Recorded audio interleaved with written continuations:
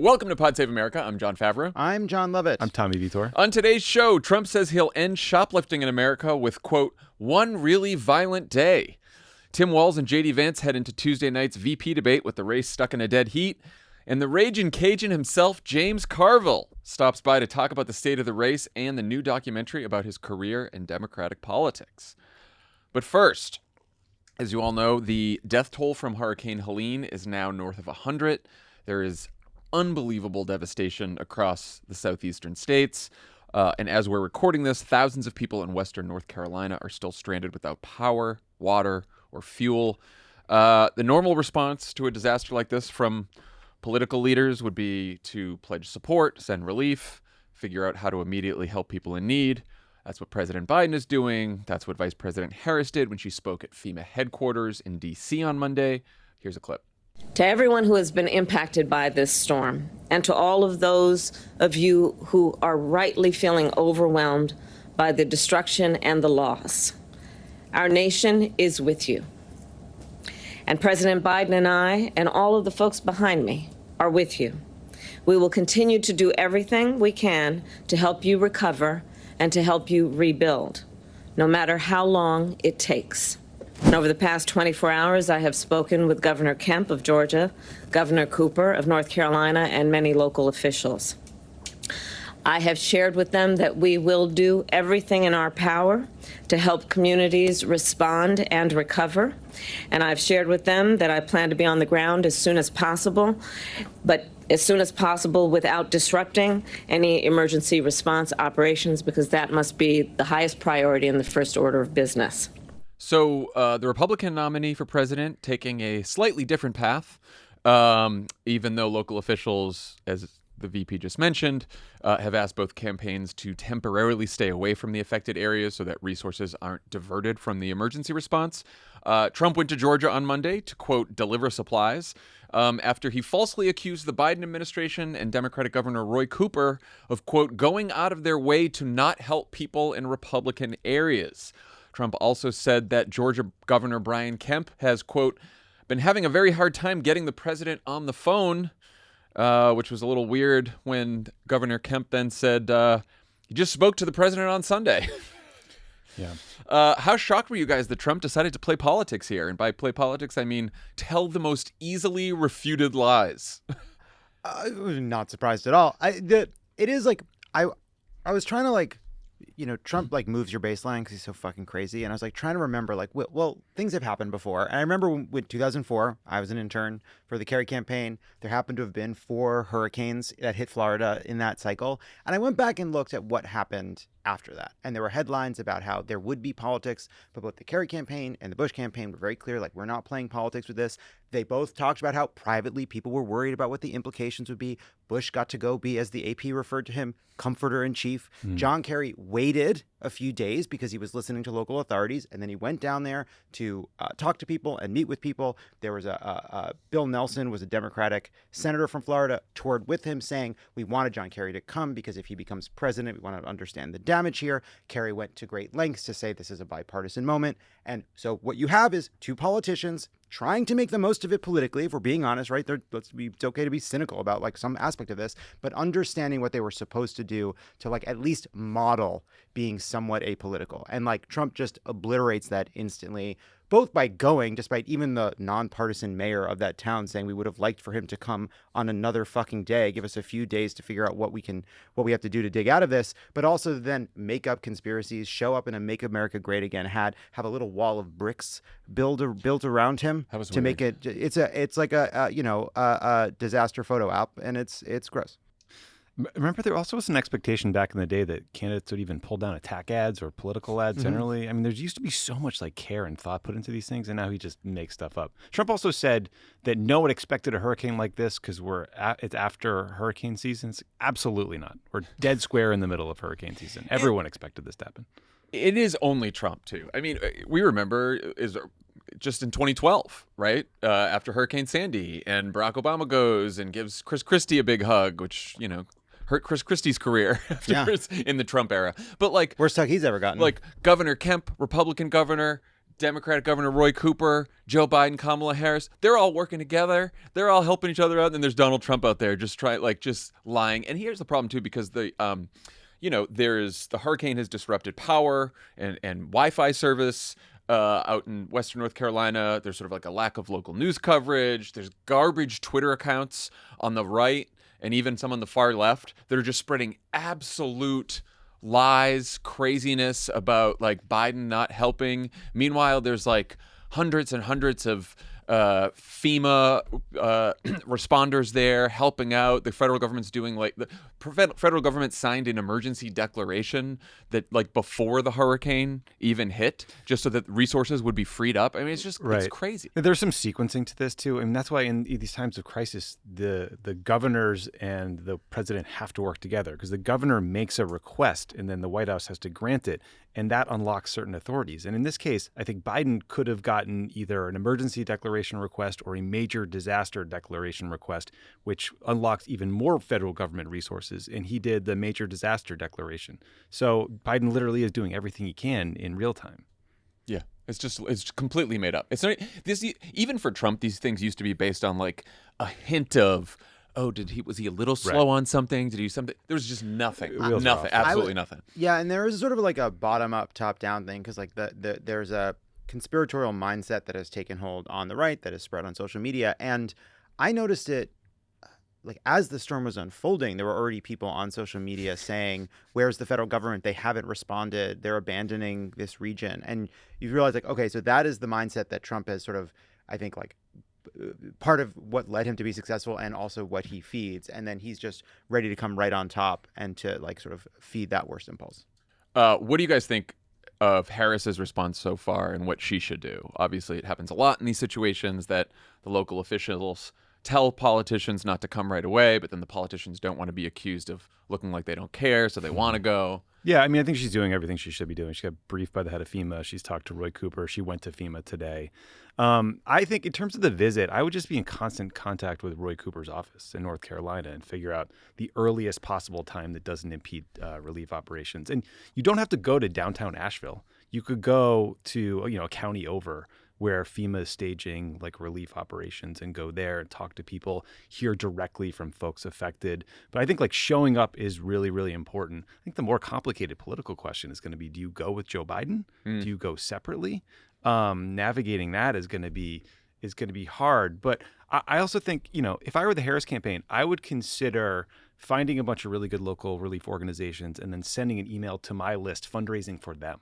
And then saying to my field staff in Western North Carolina, like, all right, for the next 2 weeks, we're not doing campaign stuff. You're putting on a Harris Wall shirt and you're doing whatever relief is happening, sandbagging, cleaning up, helping people get food, like whatever it takes. Just be in the community representing the Harris Walls campaign, but do what it takes to help those people. I think that would be pretty impactful. Yeah, I think you go. I thought about that too, Tommy. I think she goes with Biden. Like, I think she should go with Biden. It's like he said he was going to go Thursday, Friday. They're president, vice president. And like 2 visits if you don't go with him too. So it's doubly disruptive. You're right. Exactly. Yeah. Right. Sorry. No, that's why. And like, she's not afraid of being like, they've done events together since she's been the nominee, and it's like it's not a political rally. So I think she's like, well, you said your name is Joe. What was it? Right, yeah. Who's this guy? It's pronounced. It's Biden.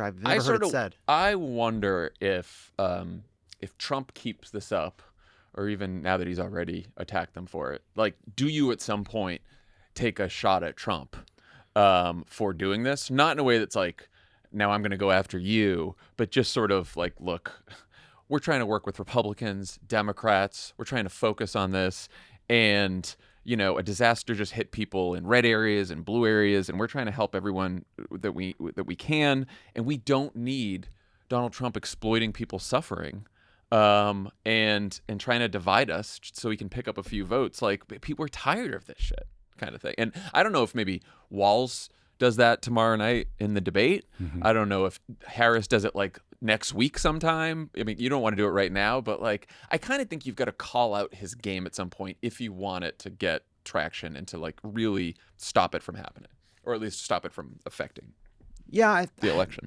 I think that's right. I think that like sort of stepping back, like just she should just be modeling responsibility. Yeah, for and sure. I don't know you're not saying otherwise, but like she should be modeling responsibility, and what that looks like is not like Trump wants to seem responsible and look responsible, so he's being irresponsible. He cares what it looks like, not what it is, and she should just do the opposite. And I think if she's asked a question about why she waited or something like that, I think it's like, I don't know if you like go out of your way to do it, but you respond and say, there are people that want to use this to exploit a tragedy for political gain. There are people that are thinking only about how it affects themselves. I'm not going to do that. We're here. We're all Democrats, Republicans. We're all here together trying to rebuild. And like, I think she can take a shot at him that way. I think great. Just as just telling the truth. Yeah. It gets annoying and I'm sure for President Biden and people in the government too, because it's like you model responsibility, and then because no one ever pays attention to anything who's not affected by something, that like your model of responsibility just goes unnoticed. You know? This is why I think sometimes too, it's like, it's about to be October. We're in the final sprint before this election, so it's not the time to step back and wonder, how did we get here? But like, we lay at the feet of Joe Biden, Kamala Harris, of any responsible elected figure, all the sins of the media environment and the crassness of our opponents. And it's like, no, like, yeah, sometimes now, because of how social media works, a politician doing like Joe Biden responding exactly the way he should still doesn't stop a Republican leader from North Carolina or from one of these states saying, where's Joe Biden? He didn't issue the response when he did exactly as he should have done in response to a request from the government. Or did you hear that reporter he got a shouted question at the White House after he talked about everything the federal government was doing. And the reporter's like, why weren't you here commanding the response over the weekend? And Biden was like, I was on the phone for 2 hours yesterday, commanding the response. Right. So you want something to look like you want the wall of bricks assembled by an advanced staffer. That's right. You want the throwing of the chicken nuggets. Like you want that. That's what you think. You want something that looks like that. You want better TV. You want the performance of empathy. Are we going to bomb the hurricane? What are we talking about here? Exactly. Like, you pre-position a bunch of assets and you make sure FEMA's on top of it. Like you need a competent team. That's what Joe Biden has put in place. Like people also make the comparison to Bush and Hurricane Katrina and the Air Force One photo op over New Orleans, which was obviously very bad, but also came on the heels of a 29-day vacation in Crawford, Texas. That's part of why it was so bad. And then on top of that, the FEMA administrator was a clown who would run the Arabian Horse Federation. Remember Brownie? And the state local response was terrible. And so he was blamed for the most important thing that Joe Biden and Kamala Harris can do is make sure that people get the help they need. Yeah, yes, that is also the most important political move too. Yes, it's the right thing to That's do. Right. That's what I'm saying. Yeah, first important, but it's also the right politics. We should note that if Trump had his way, the federal government would be shut down right now. Very good point. He did not succeed in his attempt to get Republicans to shut down the government. Biden signed the continuing resolution, so it'll be funded through the election. And as a lot of Democrats have been pointing out, Project 2025 calls for breaking up and privatizing big parts of the National Weather Service, eliminating small business disaster loans, and raising the threshold for disaster declarations. Is there a policy case for Harris to make here, or is that too much?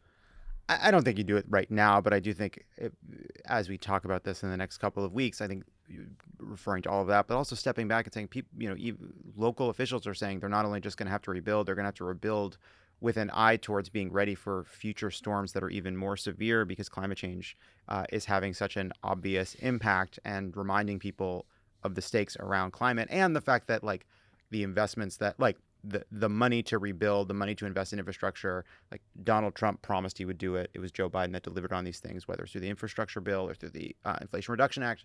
I feel like those are all points to make.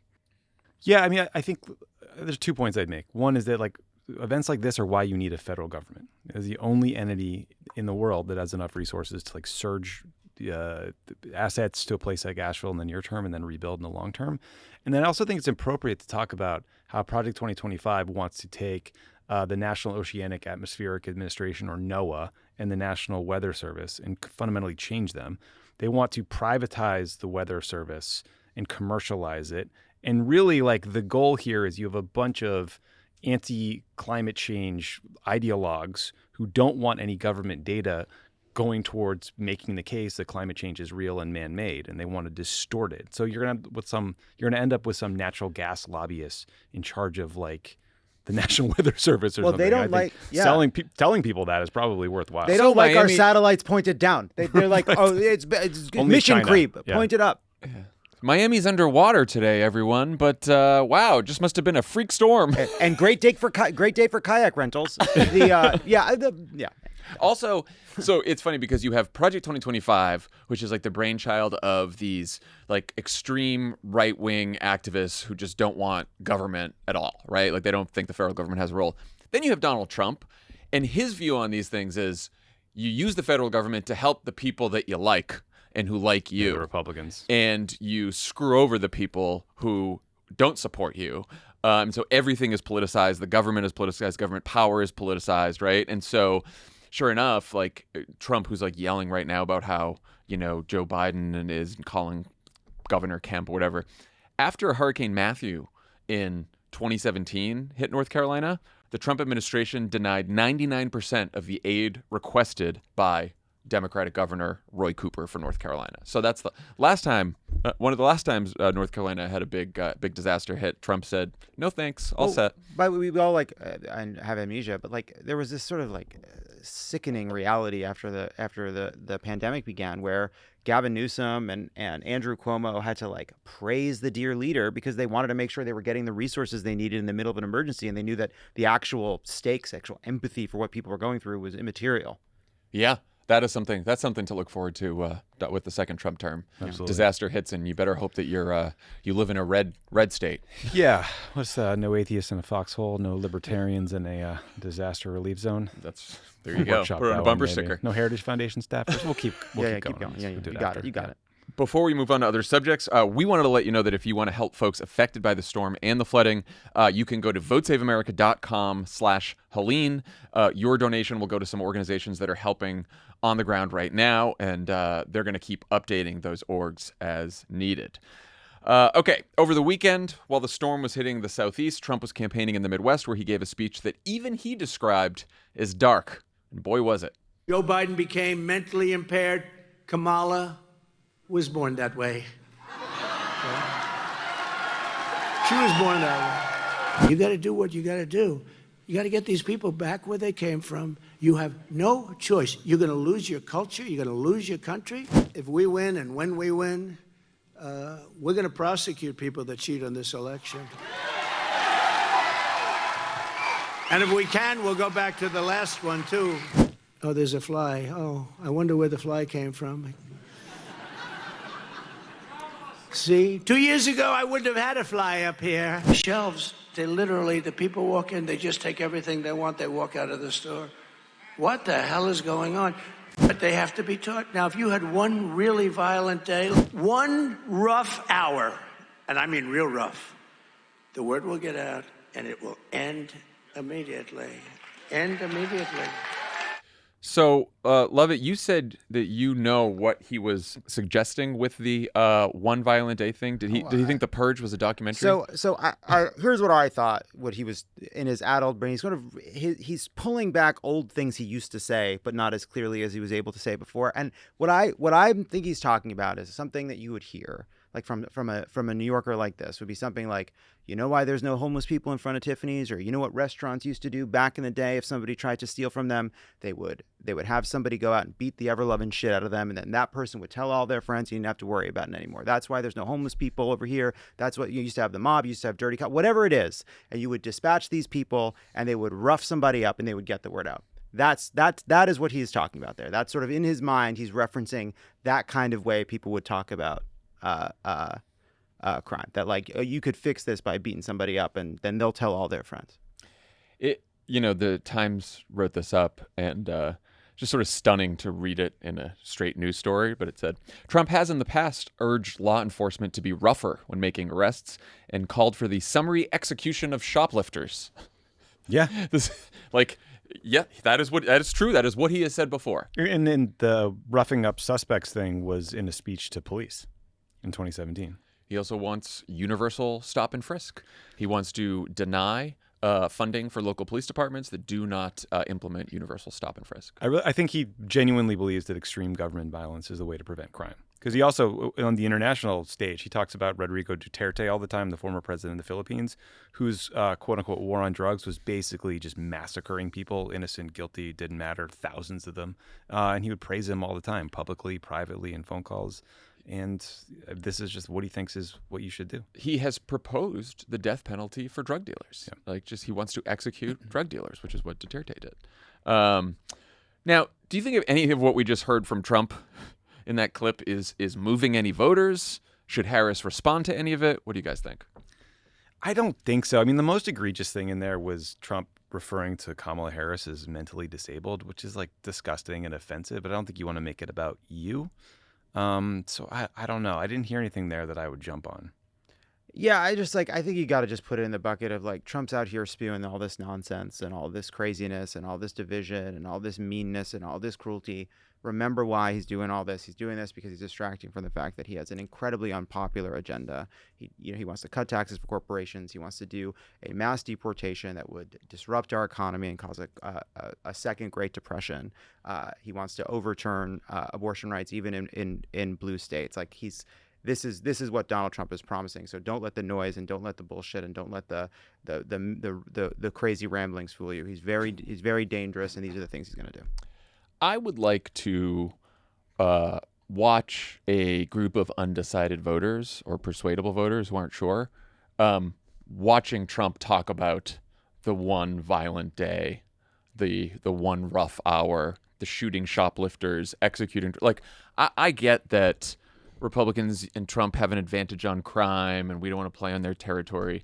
I just think that kind of stuff is so extreme and has to do with what Trump wants to do in a second term, and not, like you said, Tommy, like the names he's calling Kamala Harris. I wouldn't talk about that or anything like that. But I don't know. I think this is, I think if you were convincing someone who was going into the voting booth that day that was like a friend of yours who was wavering, you'd be like, hey, this guy's talking about fucking executing people who were arrested for dealing drugs or people who are suspected of shoplifting. He wants them to shoot. Like, I think that's a fair data point. I think most people would watch that and think he doesn't really mean that.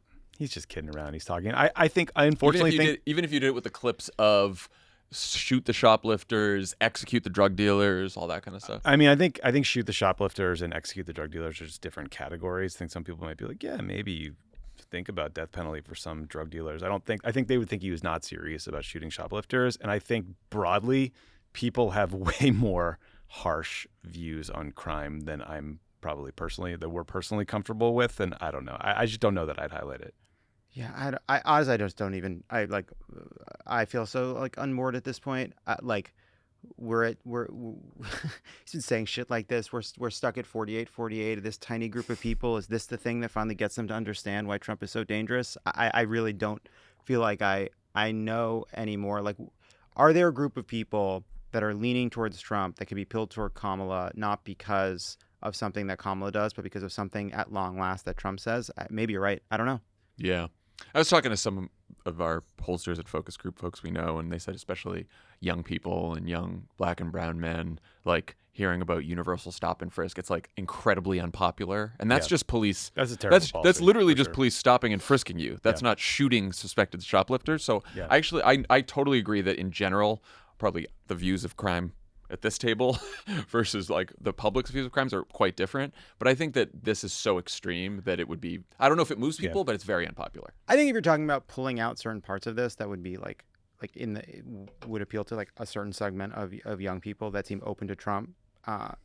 Sure, like that makes a lot of sense to me. But on the whole, on the main, like I feel like we are back into a couple of cycles of Trump's crazy in 1,000 different fucking directions, and I like worry about the 2016 effect of like he's saying we didn't used to have flies, as if immigrants brought all the flies. He's saying crazy shit about crime again. Wait, he's making his drug dealer point again, and like what was that? He called her mentally disabled, and then like I feel like I'm in a bit of a time warp. Yeah, I think that you want to be on the economy, you want to be on abortion. Mm-hmm. The only other category of Trump stuff that I sometimes think we should push a little harder on is the using government for violence, and whether it's the mass deportations, whether it's the shooting the shoplifters, whether like this stuff is just in a category of like even like libertarian leaning Republicans, like you're gonna use the federal government to like when the looting starts, the shooting starts, right? Yeah, no, I was trying to articulate just a second ago, and I don't feel like I'm like struggling to do it, but like I think that kind of gets sorted into like the Trump chaos extremism bucket, and then there's like the Trump economy bucket. And I do think there's like a way to put them together, and that we're not being clear enough with people about. Like, I talked about this with Tim actually, because we were talking about Trump's economic speech, which was kind of glossed over because of all the crazy shit he said, but inside of it was an actual economic speech. And you look at what he's promising, and like, it could cause a depression. It could cause a massive tariffs, recession. And like, we should, like, that's if in the reverse, that's what Donald Trump would be saying. Why aren't we saying that? Like, Donald Trump's chaos, Donald Trump is going to, when he left office, he left the country with a recession. He is promising through tariffs and mass deportations, not only terror for millions of people, but an economic calamity. If you want to prevent a massive economic crash caused by Donald Trump's chaos, mismanagement, and extremism, like, to protect the economy, you have to vote for Kamala Harris. And there's some way to kind of put those things together. Yeah. The tariff thing is I've been an advocate for going hard at the tariffs for a while now. It is hard for people who, like, lived through a first Trump term, I think, to imagine, like, well, why didn't he do this crazy tariff thing in the first term? And what's his motivation for doing it in a second term? And you're going to be like, I don't know. He's kind of fucking crazy. Yeah. It is. That's like the only explanation. It is wild. And he also totally misrepresents what a tariff is. Although there's some recent Pew polling on immigration that found 56% of registered voters support mass deportations, including 27% of Harris supporters. So it just shows you how far people have moved on immigration and why, like, Trump is only talking about it. The other thing that's interesting from Pew on crime is they test people's feelings on crime and whether crime rates are going up or down. And in 23 of the last 27 polls, I think that's right, people thought that crime was going up even when it was going down. So there's clearly just like so much fear of crime, mostly from the media, that it distorts views. And I'm just not sure how it kind of cuts. Well, I definitely think you can't try to tell people, much like the economy, you can't tell people that crime is going down if they don't feel that crime is going down. I think that's a mistake. So it seems like some of this crap from Trump was a reaction to Harris going to the border on Friday, which Dan and I previewed a bit on Friday's show. How do you guys think she did with that event? The coverage looked good. I mean, I'd like any opportunity to drive the message that there was this border security bill. A bipartisan group of lawmakers wanted to pass it, and Trump tanked it because he wanted to run on the issue. I think that's just like a great message. I also thought it let her highlight her work in California going after drug cartels and drug traffickers, which I bet you 0% of voters know about if you were just to sort of ask them in sort of an open setting. She has gained back some ground on immigration as compared to where Biden was, but she's still losing pretty badly on the issue. And that same Pew poll last month found that 56% of registered voters are extremely or very concerned about the number of immigrants entering the country illegally, including 27% of her supporters, so same numbers as mass deportation. And so, you know, I think what I take from all of this is that her campaign has decided that she needs to look like she thinks the border is a crisis and the immediate priority, and we're going to solve that first, and then you move to like a broader, more holistic conversation about immigration policy. And this visit was a piece of it. I think the one criticism you could make is like maybe do this 6 months ago, a year ago. You do it a couple times so it doesn't get called just a stunt, as the Chiron on Fox News said as we were walking in, but it's worth doing. I just remembered, I can't remember if it was a Sarah Longwell focus group or one of those cable focus groups after the debate or something, but there was an undecided voter or some swing voter who was like, and you know, I heard that she, when she was in California, she prosecuted some of these gangs. And I was like, someone knows about this? Thank God. Get that woman on TV. Like, that is great. That's a mission accomplished there. That's one. Yeah, I watched, I was like, what does this look like if you're in Phoenix or something? And like, what does the border coverage look like? And the images are great. It's her walking with like police in front of the wall. It's very kind of like law enforcement, kind of border security. I think the remarks were great. All that was great. But you just sort of see the challenge of trying to like make a dent. Or like it's sort of we'll get to the polling, which is like how challenging this media environment is. Because if you watch a local affiliate, it's images of her at the border. Then they go to a Trump surrogate who's basically saying like she was the border czar who failed. She hasn't been here since she was elected, which is false. And then they say, all right, well, let's cut to Kamala Harris's remarks on the border. It happened to be the part of the speech where she was doing acknowledgments. So they cut from a Trump aide going like she's never done a thing for the border. Nice. And then it's her just applauding and like pointing at people, and you just like, man, it just get like, to Tommy's point about like doing this, where it's like it's reps, it's going again, it's like going and doing interviews with these affiliates to talk about it more. It's just you have to hit it over and over and over again. Also, if you are making a speech about a policy that your supporters and your voters are excited about, they're going to spread the message, and they're going to help you spread that message, which is tough to do in this media environment. If you are going to play defense on border security, which is what she's doing, and look, there's a lot of undecided swing voters are saying, like, I'm not sure about her on the border, right? I'm not sure about her on immigration. And it's along with the economy, those are the two things holding a lot of these voters back. But it's just like, you're not going to get a bunch of your supporters to go around and be like, look at her on the border. It was so exciting. She was really tough on border security. Like, it's just a hard thing to get out there. Right. It's like you're trying to beat him on temperament and extremism. You're trying to beat him on abortion. You try to fight to a draw on the economy, and you're trying to like mitigate your losses on immigration. Like to Tommy's point about why mass deportation polls so well, there's no conversation about whether or not there should be a mass deportation. It's people saying, well, yeah, I do agree that there's a huge problem at the border. Or the impact of it. Or the impact about it. And so... Yeah, you show people videos of like federal agents raiding workforce offices and homes. I think they're not as excited about it. Right, but then what happens is Donald Trump's out there saying, this is what we need, this is how we'll solve the problem. Correctly, the Harris campaign is saying, let's talk about border security, let's talk about Trump killing the bill, let's talk about a better immigration system, and then there's no actual debate about this heinous and terrible policy. As you said, Lovett, we keep getting more polls. They keep showing that the race is more tied than the last polls. That's possible. New York Times Siena, once again, Saturday morning, we all get up and more New York Times Siena polls. Harris leads 49-47 in Wisconsin, 48-47 in Michigan. There was a Fox News poll out on Friday that had Harris up 2 in Pennsylvania, but tied among likely voters. Blah, blah, blah. It's all the same.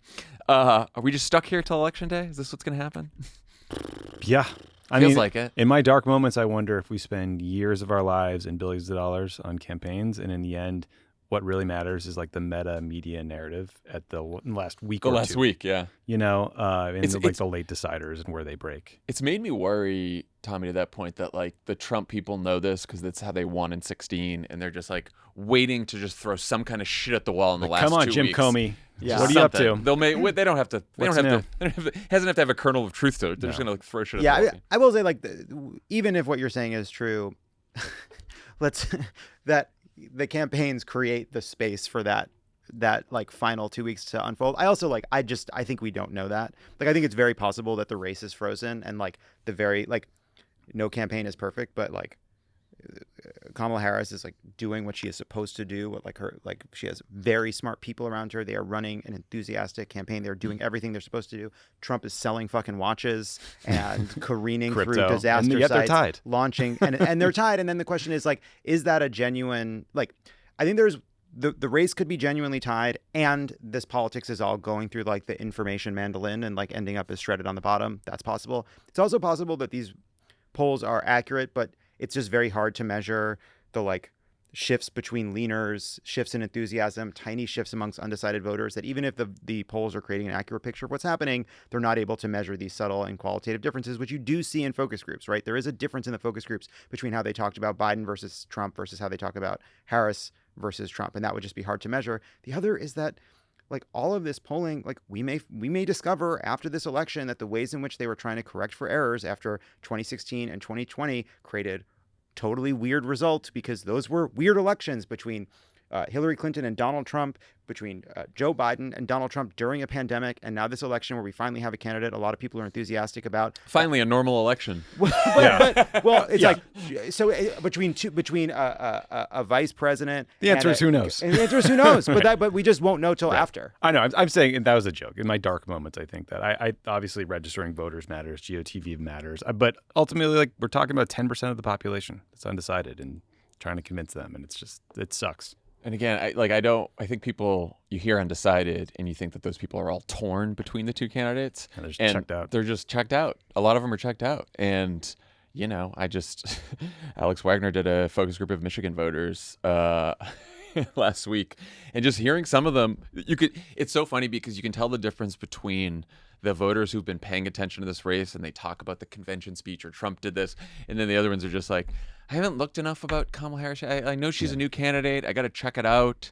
I do remember I had more money in my pocket when Trump was president, but I don't know. He seems kind of crazy. I mean, you just hear the same shit, and they are gonna tune in those last couple weeks. I don't like these Michigan numbers. Or people are gonna, knock on their doors, or the campaign's gonna be on the ground. You're gonna have an organizer. They're gonna hear from a volunteer, and again, one conversation's not gonna do it. But if they're gonna start thinking, okay, I got some new information from that person. That's interesting. Yeah, I do think that because the race has been so static and because it's so close, like it's hard to know the difference between, are there just a group of people that are very hard to persuade, or are they being persuaded and it's just not showing up in the numbers? And we just don't know. It's very hard to measure. Let's give him a little hot war in Lebanon. Close this thing out. Close strong. Some more chaos and death and destruction overseas.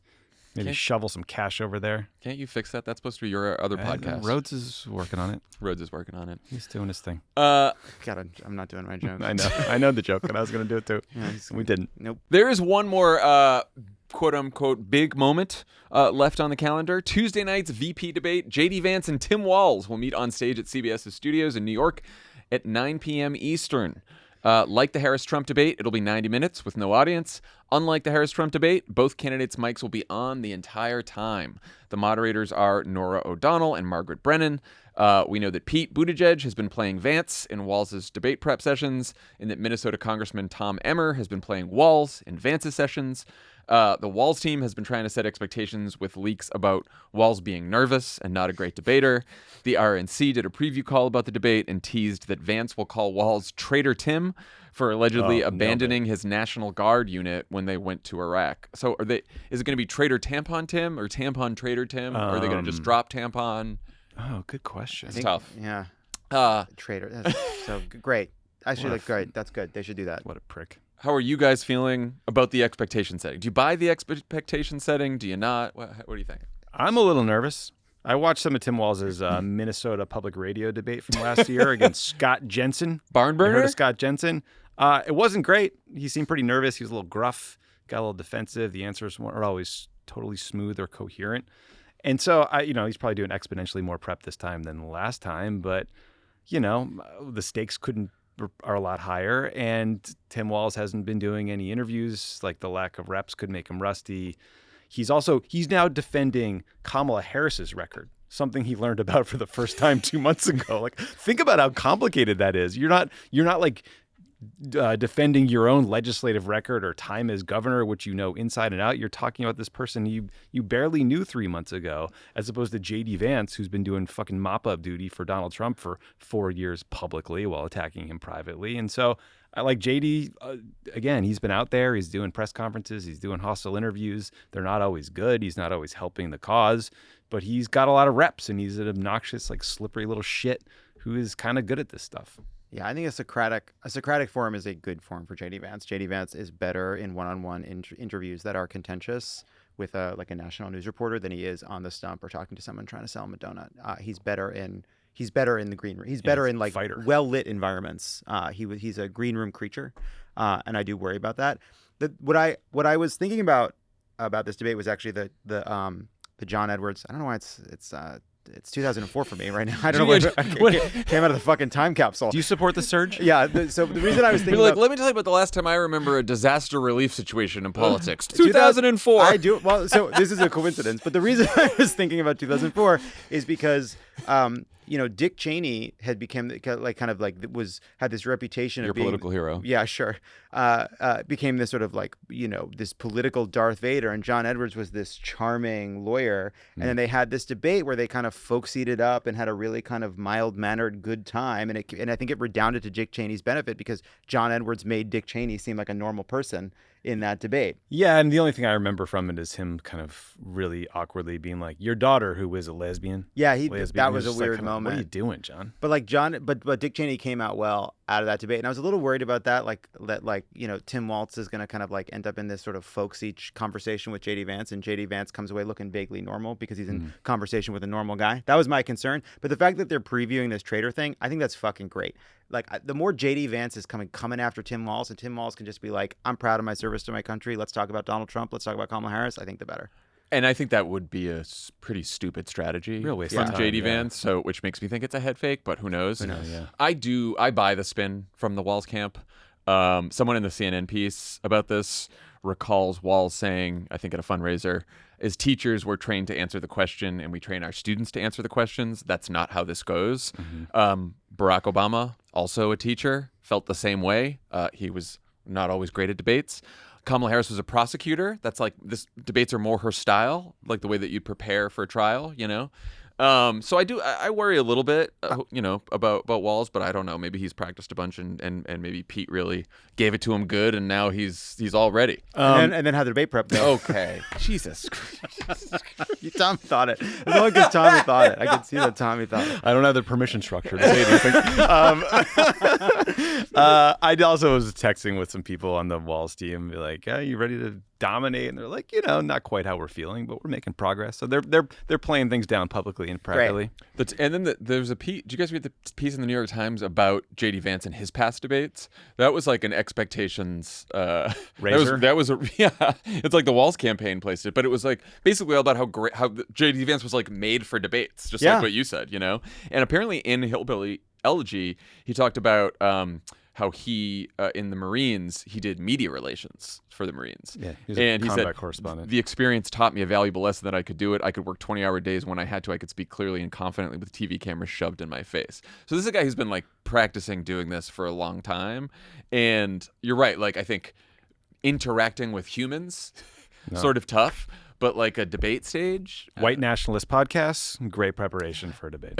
And I think the smarter strategy for JD Vance than the Trader Tim stuff would be to run the play that Donald Trump was supposed to run at the Harris-Trump debate and forget about Tim Walz and make Tim Walz answer for like Kamala Harris and all of the unpopular parts of the Biden-Harris record and her stuff. Like that's what I bet he'll do. Yeah, what's confusing though about JD Vance is like he seems smart enough to know that, and then he goes on social media and like starts bickering with reporters all day. So Yeah, like, that is true. there's an angel and a devil on his shoulder. Well, and they're both assholes. Fucking worst angel you'd ever fucking meet. He's also such a weirdo, So weird. You could see him getting triggered by Nora and Margaret too, because he's like these they're just like shouting questions at him, and he already has an antagonistic relationship with every reporter, and so I could see him. Yeah, he got real mad at Dana Bash. Yep, I could see that too. If you were Walz, would you go after him for the shitty things he said, or would you keep it all about Trump? I was thinking about this over the weekend, and I think the one place I would kind of go after JD Vance repeatedly is be like, JD, I was a teacher for many years. I had a lot of students like you, like kids who were in a hurry to make a name for themselves and be someone, and they were willing to say and do anything to get there. Like that's how you end up being the attack dog for a guy who doesn't care about working people, who in 2020 you said had failed to deliver as president in a DM. And now you're running around the country, telling lies and trying to divide the country. And then you try to like create this narrative around JD that becomes a motive for everything he says and kind of undercuts him and it sort of gets at his lack of qualifications for the jobs. Maybe you slip in a couple lines about how old Trump is. But yeah, no, I don't think you're going after the greatest Oppo hits. Like maybe you're mentioning some of the top ones like childless cat ladies or lying about the hits. Migrants in Ohio. But yeah, I mean, most of this is going to be just the Trump show and making him defend Trump. Couldn't agree more, though. That's a great strategy to have like one motivation for JD Vance and his career, and to just like keep coming back to that, right? Yeah. Which is just trying to do anything to get more power. Yeah, I do think using the new stuff about the 2020, like even after Donald Trump's presidency, you were saying these things, which is new, and he'll feel obligated to respond, and his response is pretty bad. I don't know if did we cover this on this show? I think just so everyone knows what we're talking about. There was a Washington Post story about this, that JD Vance was direct messaging on Twitter with someone where he said in 2020 that Trump, quote, thoroughly failed to deliver on economic populism. Yep. And so pretty damning. One of the more damning JD Vance quotes. Even more damning, that line was followed by parenthetical, accepting a disjointed China policy. Who says accepting? JD Vance. JD Vance. Go back to Yale. Yeah, I do think that's like pretty damning. And his defense is like, I was saying how the establishment Republicans let him down, which is sort of embarrassing. Okay, buddy. But he'll feel obligated because he'll know Trump is watching. Oh God, yeah. And so Audience he'll of have to one. respond. So he'll have to respond. The only, if I was Walz, I would look for, I mean, that's one opportunity, but other opportunities to drive a wedge between Trump and Vance with either different positions they've had, or remember when Vance fucked up by saying that Donald Trump would veto a national abortion ban, and Trump said, "Oh, I never told him that." Right? Like I would look for hammer him on that. That's for sure. And know that Trump's watching and try to make him be a supplicant for Trump and just embarrass himself. Like I think that's this is a real audience of one situation for JD. What's a win for Walz look like? It's like a relentless message about Trump being in this for himself and not working people, and then just getting JD on defense. Yeah, I think a draw is a win. Do no harm. And just saying how great Kamala is and her record and her, her plans and everything like that. I mean, because again, I would say the only missed opportunity, not really missed because she didn't have the time, but in the last debate, she didn't get to talk as much about her plans, her policies, her values, stuff like that. She did, but I think that Walz could probably do that for her even better because he's essentially a surrogate for her and not just her bragging. Yeah, she went back to like aspirations and ambitions, but she didn't go back to the details that much. Yeah, I think a win will be a debate in which it felt like Tim Walz was kind of putting JD Vance. It's very similar. It's a sort of a mirror image of Trump. Like JD Vance is going to be a smarter, more sophisticated kind of bulldozer coming at him, but like kind of being able to put that aside and letting him get himself riled up while talking to the camera, and like kind of he comes away kind of seeming kind of nonplussed. Is that the right way of using nonplussed? Yeah, sure. And Vance seems rattled, seems angry. How much is this going to matter? You think the whole race is going to be upended if Walz does bad or does well? I wonder what's the worst VP debate performance. It's a good question. I mean, Sarah Palin even did fine, right? Yeah, they're usually non-events. Like no one cares. It is weird that it could be the last big event before voting, but no one will remember it by the time they're actually on election day. No. It could cost a few news cycles to one side or the other, but maybe a I don't even know if the debate between Harris and Trump didn't seem that's to what I'm move saying. anything, I know, right? Like I don't know. Yeah, well, this is going to be the thing. This will be I don't know. All right, when we come back from the break, you're going to hear my conversation with the one and only James Carville. Two quick things before we do that. For tonight's VP debate, we're going to be hosting a subscriber live chat starting at 9 p.m. Eastern, 6 p.m. Pacific on our Discord server. You'll be able to watch the debate live, chat with fellow Crooked listeners, and vent about JD Vance's awfulness in real time. Not a friend of the pod yet? Sign up now at crooked.com/friends. We'll be doing our own recap show after the debate ends, but also make sure you're subscribed to our daily news pod, What a Day. You'll wake up with a 20-minute overview of the highs and lows of the Walz-Vance showdown. Best of all, Tommy's going to be joining Jane Coaston for the episode. Oh, yeah, can't wait. Nice. It's very fun. It's a tradition like any other. Me going on WAD after debates. There you go. When we come back, James Carville. Today's presenting sponsor is Simply Safe Home Security. October is here, bringing cooler weather and cozy evenings. Whether you're hosting autumn gatherings or enjoying quiet nights, Simply Safe keeps your home secure and lets you relax without worry. In fact, Jon Lovett installed a Simply Safe all by himself. He could turn it on and off from his phone. It had up-to-date sensors, and it gave him the peace of mind that you need to go on reality shows with boats and starvation. But enough about Survivor. With Fast Protect monitoring and LiveGuard protection, Simply Safe agents can act within 5 seconds of receiving your alarm. You can even see and speak to intruders to stop them in their tracks. You'll never be locked into a long-term contract, so you can cancel at any time. Pricing is transparent and affordable at less than $1 a day with no hidden fees ever. Simply Safe has been named Best Home Security Systems by U.S. News & World Report for 5 years running. It offers the best customer service in home security according to Newsweek. It's easy to install and activate your Simply Safe system in less than an hour, or choose professional installation to have a pro do it for you. Protect your home with 50% off a new Simply Safe system, plus a free indoor security camera when you sign up for Fast Protect monitoring. Just visit simplysafe.com/crooked. That's simplysafe.com/crooked. There's no safe like Simply Safe. Joining us in studio today, he's the subject of a new CNN documentary coming out this weekend called Carville, Winning is Everything Stupid.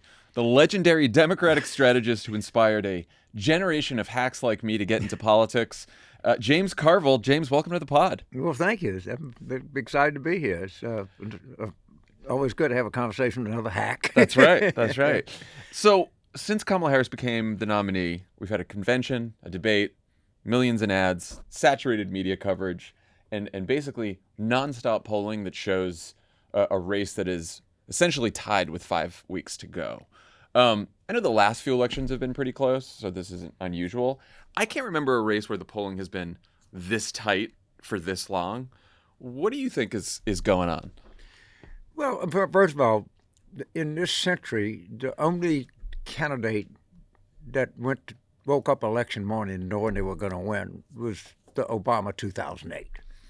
We were still a little nervous, but But you kind of knew. It was a good lead, yeah. But everything else, you might have thought you were in a little better shape, but you didn't know. right. You certainly didn't know in 2000. I mean, Romney was actually shocked that he lost. I mean, it was like he went there thinking he was going to win. Yeah. So it's not unusual. And what I will say, they're usually breaking in.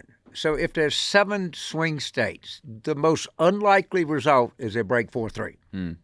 They're going to break Altogether. more likely than not. In my instinct, but it's nothing but instinct, is Kentucky windage, that it'll break Harris's way.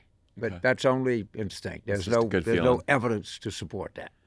Were you surprised at how fast the party came together around her candidacy and how fast her favorability ratings went up? No. No. I think it was clear that people just wanted something different. They were like, 72% wanted something different. 60% of the Democrats did. And you know what the analogy I would use is that if you have an infected wisdom tooth and they pull it, you feel great. You don't feel any better than you'd have felt if you didn't have the wisdom tooth. The fact that the wisdom tooth is gone, you're like, gee, I'm on top of the world now. And I think you had some of that effect, like in the way that it was 12:45 Central Time, almost to the minute when I got the first text. And I was listening to, political radio. I forgot what it was. Then in an hour at 1:45 Central, you knew that it already coalesced, that there was no appetite for anything else. Yeah. Were you worried at all that, because I know you were initially concerned that it would appear either she was anointed by the party or even another Democratic nominee were nominated. And look, she did earn the nomination, but it was there was no other challengers, about 24 hours. Yeah, it's time. And if President Biden would have dropped out on June the 15th, there might have been a lot of. Well, one of the things that I do believe that the level of talent in the current Democratic Party is the highest level of talent I've seen in a political party in my lifetime. I mean, if you look at the potential presidential candidates we had, they're all like really world-class talent. Yeah. And Harris has kind of proved herself to be a lot better than people thought. The other thing that I would have people tell me that, she's gotten a lot better. I'd like people working at the White House. She's become more confident. She has better staff work. I think they brought Lorraine in. So I'm gratified. I didn't, everybody saw her 2000 presidential campaign. Ooh, man, that thing stunk. But she's grown. She has. She She's really grown. has. It feels like Trump and Kamala are in a battle for voters' attention, which is increasingly harder to come by these days, the state of the media. I think it's one big reason that the Harris folks really want a second debate. So far, Trump's not giving it to them. What do you think her campaign can do to break through in these last few weeks? Any creative ideas to grab people's attention? The answer is yes. Okay. First of all, what they do is they do big events very well. Yeah. The vice president will roll out. You could say maybe they could have should have picked Shapiro. I don't know. But it was very well done. The convention, you couldn't walk away from there and not say it's one of the better conventions you ever had. You certainly couldn't walk away from the debate and not say that they did a real good job in preparing her. I knew some of the people that were in prep, and I really was very confident she was going to do well. What is less certain is how aggressive they are day to day, and how they don't take a story and kick it. But so Trump says, I don't like to pay people a minimum wage. I just don't pay them. Then, overtime, not minimum wage, overtime. And Project 2025 has this overtime provision. I wish they would be kicking the crap out of this all day. I wish they were like flooding TV. Like, come on, people work overtime. They want to get paid. Hourly workers, overtime is everything to them. So I thought that they could kick that a lot harder. And what I hope that they do coming down the stretch is push a story every day. Yeah. And a lot of it is just the stuff they're proposing on taxes. People don't like. The other one they should be just kicking the crap out of is the tariff stuff. You see we down 4 in Iowa. That's understandable. Agrarian people can't stand tariffs. They have a terrible... Industrial people, some are naive enough to think that's going to do some good. I think they should be pushing the Peterson Institute, which, okay, nobody knows what it is, we know, but it's all credible people say this is going to be a $2,500, $3,000 on every family. I wish they would push that harder. Yeah. I mean, this has been a problem for years now, but Trump gives you so many different targets every day because he says a bunch of crazy shit all the time. She has the added challenge of voters saying, well, I want to know more about her. I want to know what she's going to do as president. But then you've got Trump up there saying, he's talking about the tariffs, he's talking about mass deportations, political prosecutions. He just talked about going after shoplifting by letting police do whatever they want for one rough hour. How do you think she should balance talking about herself and talking about him? How do you handle that? So I think that if she ran hard, if they pushed the tariff stuff, people would find out something about her. I think if they push the overtime stuff, if they push something simple that everybody is for, but they just don't do, the minimum wage. It's time to give America a raise. Everybody else in the world has gotten a raise, but America's not got a raise. And I read a New York Times story. It's so predictable. She did the interview with, I guess, Stephanie Rule. And, of course, it's that same pissy thing. Well, she really didn't say anything. There was a lack of specificity. And hidden in the story was the fact that she'd put out an 81-page economic plan. Yeah. Like, why didn't... So we had in 92, we had an 85-page economic plan. No one ever read a word of it, including me. But there's actually... Well, she lacks specifics. She's not talking about the issues in any depth. It's just bromides. Well, actually, she does have an 81-page economic plan. There's no danger that I'm going to read it. But I think if people knew that, Yeah.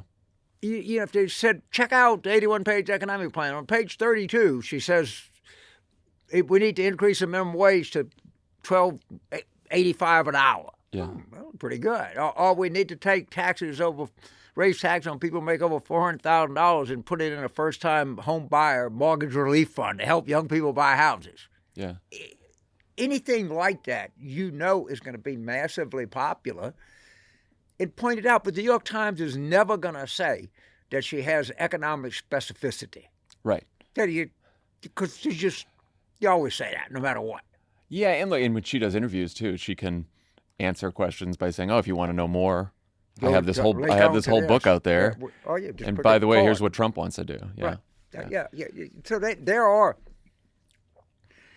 I do think they can be more aggressive. I think they can fight for the news cycle. And I think that you don't get the back where one day you get a bunch of good stories and you poll that night and you say, well, shit, we didn't move. You got to keep building stuff up. So polling shows a big gender gap, including and especially between young women and young men, white men, Hispanic men, even black men. It's been like the big demographic debate of 2024. Do you think this is a dynamic that is specific to Trump and the current version of the Democratic Party, or is it bigger than that? How do you think about it? Well, I've been pretty outspoken. We don't do near as well with males as I think we can do. And John, you know that every election brings about a fashionable demographic. Right. NASCAR dads, soccer moms, women of color. I think that the demographic in this cycle with the most elasticity is they'll get in trouble saying this in some quarters, but are college-educated white males. I think we have a lot of ups. Why do I say that? First of all, they tend to be more pro-choice than non-college white males. You know, I'm sorry, but we have mothers, wives, children, friends. But in so much of this has become that abortion is a women's issue. It's actually somewhat of a male issue too. And the other reason I think that there's upside is, you know, because of obvious reasons, they're more invested in the stock market. They have more to lose. So I do think we have some. We can't do any better than we're doing in post-bachelor white women. Right. But we certainly can do better with younger black males. That's a problem that I think, to a large extent, our cultures help create that. But I think the trendy demographic are college white males. And what do you think? What do you think is the best way to lock down college white males, or sort of Just keep talking about abortion, keep talking about freedom, and say that Trump says. So the argument is it a good economy or bad economy? It's very hard to talk people into something that they don't believe. Yeah. But Trump gave us a tremendous opening. He says, you have nothing to lose. We're going to try everything because it's all in a toilet. I don't think people look at it that way. I think people say, well, yeah, I got a job. I think most people, if you say, yeah, I feel pretty good about the next year and a half. Yeah. You know, some people may have a savings account. And, maybe they're doing a little better. And so if the question is it good or bad? That's not the question we should be asking. Do you have something to lose in this? Can you do better? Yes. But if we do things like start slapping tariffs on everything, we're not going to do very well. You have something to lose. And he keeps running these ads. What the hell you got to lose? Actually, a fair amount. Yeah. And it's not just people like you and I that have something to lose. A pipe fitter has something to lose. Yeah. I mean, that guy or she is going down to the union hall and got work every day. Yeah. I know you've taken your share of shit for warning Democrats about identity politics and woke language and all that. I've always wondered about this from the perspective of Democratic politicians, like 99% of whom don't actually talk like that. Right. They get tagged as the, woke party because of activists and people on social media that they have very little control over. If you're a Democratic politician or working for one, what do you do about this issue? Well, first of all, no one uses that language. I mean, it just don't. Okay, and it started, and it was like an idea that never caught on. All right, so there's no chance that. Yeah, I tell people, and this is true, you saw the film, I probably had more encounters with black people than any Democratic consultant, just where I grew up and where I live. And if I was like, which I see all the time, let's just say there's 3 black guys shooting a bull out in front of the supermarket. If I walked up and I said, good morning, fellas, how are things in the community of color today? He said, what's this jive-ass motherfucker talking about? Okay? What I was saying.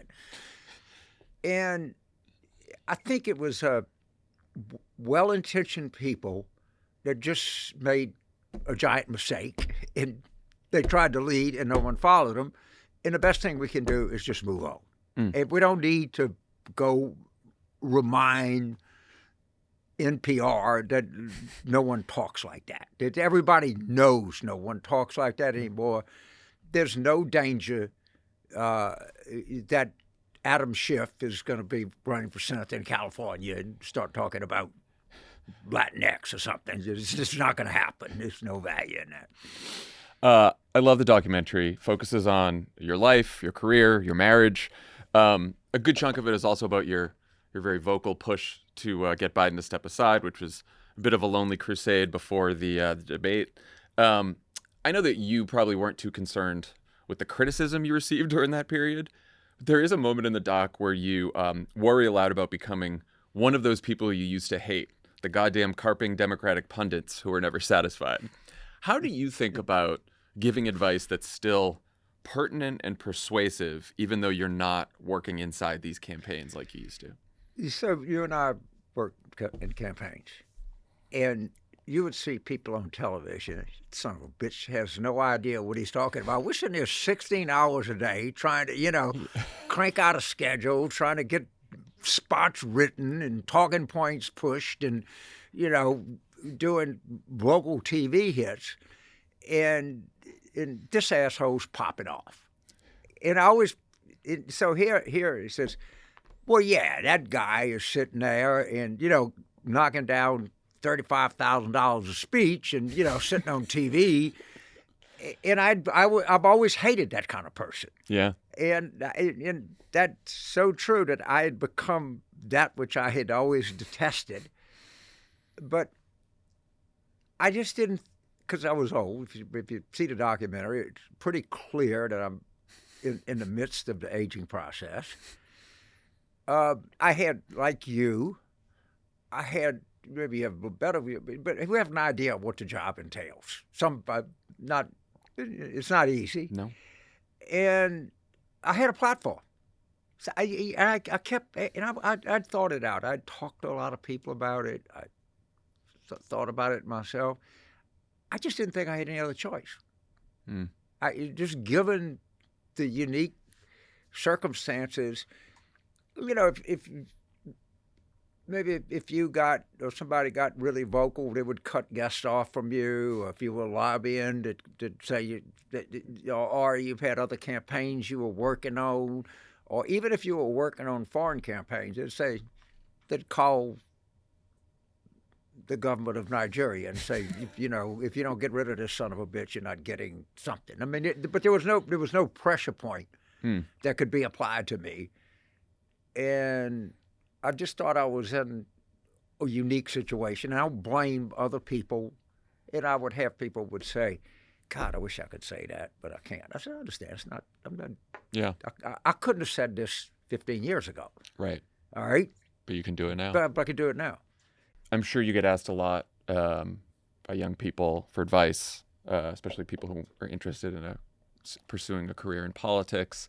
I know one of the reasons you really wanted to do this doc, or what you hoped from this doc, was to get young people involved in politics again.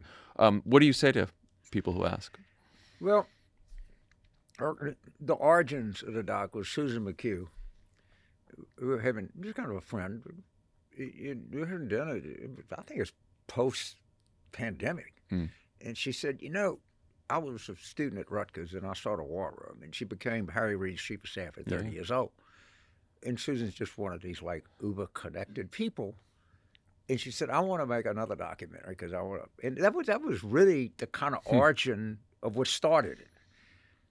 And, whatever you call this, the profession, the business, the industry, it's taken a lot of hits. So a young person says, everybody says it's dirty, it's all negative, it's all polarized, everybody's in it for themselves. And guess what? That message actually broke through. I mean, they were actually successful in convincing people that this was a shitty business that shitty people were in. Yeah. And that's just not people like you and I that work in campaigns. It's people who every election, Miss Mabel, who sits there at the card table and checks off the list. That's, the person that walks the precinct, that goes into the projects, the flusher that goes to get the votes out. It's also the local newscaster that covers politics. It's the people that write about politics. In the entire business, to the extent that this movie lives beyond the cycle, which I hope it does, I hope it gives people you know what? Those people look like they were having a pretty good time. It didn't look like they went to work with a hair shirt on, or they were particularly embarrassed by the way they earned a living. Yeah. And I think, Matt, the advantage we had was our director actually was a gopher in the Mondale campaign, was Susan Estrich's kind of assistant in the 88 Dukakis campaign, and covered politics at Vanity Fair. So he actually had some idea because most people think, what kind of carnival barkers, itinerant people, vagabonds, they move from one place to another. They never, and I hope, some young Jon Favreau says, nothing, or some young Susan McHugh says, well, shit, maybe I want to be chief of staff to when I'm 30 years old and be some Irish woman that went to Rutgers. That's fine. I mean, I was a kid when I first saw the War Room, and to this day I can still remember your line that at the end, outside of a person's love, the most sacred thing they can do, they can give is their labor. And anytime you can combine labor and love, you've made a merger. Because that was the moment. That was the first moment I thought about getting into politics. So thank you for that. Well, thank you for saying that. Because actually, that's what I hope we're able to do with this movie.